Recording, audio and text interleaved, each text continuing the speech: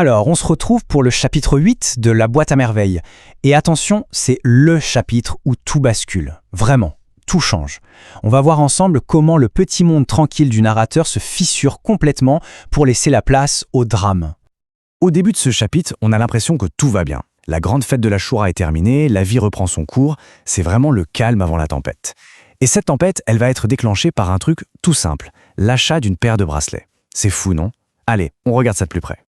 On commence donc par cette première partie, le calme avant la tempête. Et c'est exactement ça. On est dans une période de tranquillité, presque de bonheur pour la famille. C'est un moment assez spécial pour le petit Sidi Mohamed, qui va même commencer à changer de manière assez surprenante. Et le premier grand changement, c'est quoi? C'est le Msid, l'école coranique. Elle déménage. Et là, c'est le jour et la nuit. On passe d'une salle super chaude, étroite, qui lui faisait peur, à un nouveau lieu, un sanctuaire qu'il décrit comme ayant une fraîcheur de paradis. L'effet sur lui est juste incroyable. Non seulement il commence à aimer l'école, mais en plus sa mémoire devient carrément prodigieuse. Il retient tout. Mais attention, faut pas croire qu'il est devenu un super élève juste pour la beauté du geste. Non, ses motivations à lui, elles sont beaucoup plus terre à terre. En fait, s'il travaille si bien, c'est d'abord pour faire plaisir à ses parents, ensuite pour éviter les coups de baguette du maître d'école, le fkir, ce qui se comprend, et surtout, mais alors surtout, pour qu'on le laisse tranquille et qu'il puisse avoir du temps pour son activité préférée, rêver. Et là, au milieu de ce calme, l'élément déclencheur arrive. Le père Mahalem Abdeslam, il a une idée. Il veut offrir à sa femme les fameux bracelets Soleil et Lune. Ça part d'une super bonne intention, un cadeau, mais en réalité, c'est ça qui va mettre le feu aux poudres. Alors que ses parents sont tout excités par cette idée de bijoux, le petit Sidi Mohamed, avec toute son innocence, sort cette phrase toute simple mais tellement poétique. Les bijoux, c'est beau comme les fleurs. Pour lui, c'est une évidence. La beauté d'un bijou, c'est comme celle d'une fleur. C'est pur, c'est naturel. Et là, c'est le drame. La réaction de ses parents, ils éclatent de rire.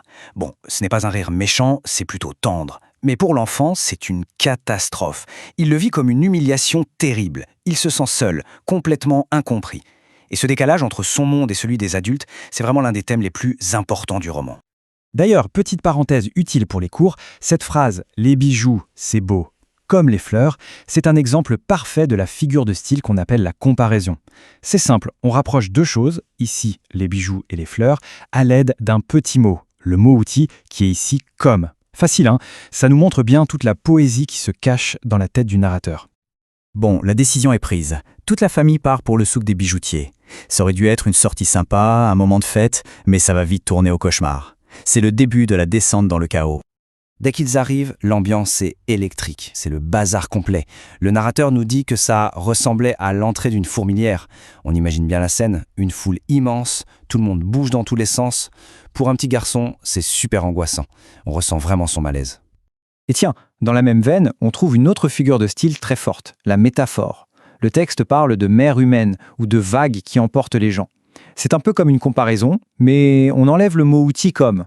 On ne dit pas que la foule est comme une mer, on dit qu'elle est une mer. C'est une image beaucoup plus directe, qui nous fait vraiment sentir que le personnage est en train de se noyer dans cette foule. Et là, la tension monte, étape par étape. D'abord, l'attente. Le courtier, le dalal, part avec l'argent et il ne revient pas. Ça dure, ça dure. Ensuite, l'impatience du père. Il commence à s'énerver, à transpirer. Il n'en peut plus, il plonge dans la foule pour le retrouver. Et soudain, boum, on entend des cris. Et qu'est-ce qui apparaît? Le père et le courtier en train de se battre, les yeux rouges de colère. Une vraie bagarre en plein souk. C'est le choc, l'humiliation publique pour toute la famille. On enchaîne avec la suite, le pressage des bracelets. Parce qu'après cette scène, forcément l'ambiance est plombée. Il rentre à la maison, personne ne dit un mot. Et ces fameux bracelets, qui devaient être un symbole de joie, eh bien ils deviennent des objets de malheur. Le père, malgré tout, essaye de les offrir à sa femme. Et la réaction de la Lazoubida, elle est glaciale. Elle lâche cette phrase qui fait froid dans le dos. Avec eux, le malheur est entré dans cette maison. Pour elle, c'est clair, ces bijoux sont maudits. Ce n'est plus un cadeau, c'est une prophétie de malheur. Et bien sûr, toute cette angoisse de la journée ressort pendant la nuit. Le petit Sidi Mohamed fait un cauchemar absolument horrible. Il revit la violence, il voit des monstres. Le pire, c'est que dans son rêve, même sa précieuse boîte à merveilles est remplie de ces bijoux maudits. Il entend la voix de sa mère qui répète en boucle « Les beaux bijoux portent toujours malheur ». Le lendemain, le cauchemar continue. Mais cette fois-ci, dans la vraie vie. Le petit garçon tombe malade. Il a de la fièvre. Et comme si ça ne suffisait pas, un nouveau malheur est sur le point de frapper à leur porte. Face à leur fils malade, les parents réagissent de manière totalement opposée. D'un côté, le père reste calme, rationnel. Il se dit que c'est juste de la fatigue.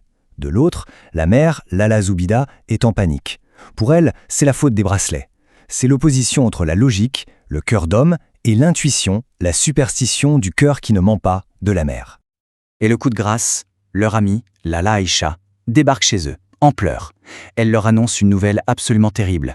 Son mari l'a abandonnée pour se marier avec une autre femme. Là, c'est le drame de trop. La maison, qui était déjà lourde de tristesse, est maintenant submergée par le désespoir. Toute cette accumulation de drames d'adultes, la bagarre, le désespoir de sa mère, la tragédie de Lala Aïcha, tout ça devient un fardeau bien trop lourd pour les épaules d'un seul petit garçon. Le choc émotionnel est tellement violent que son corps lâche, il tombe vraiment malade. On termine donc avec cette question.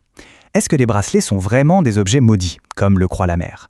Ou est-ce qu'ils ont simplement été le catalyseur, l'étincelle qui a révélé des problèmes et des tensions qui étaient déjà là? Le chapitre nous laisse avec cette réflexion sur le pouvoir des croyances face au drame de la vie. À méditer.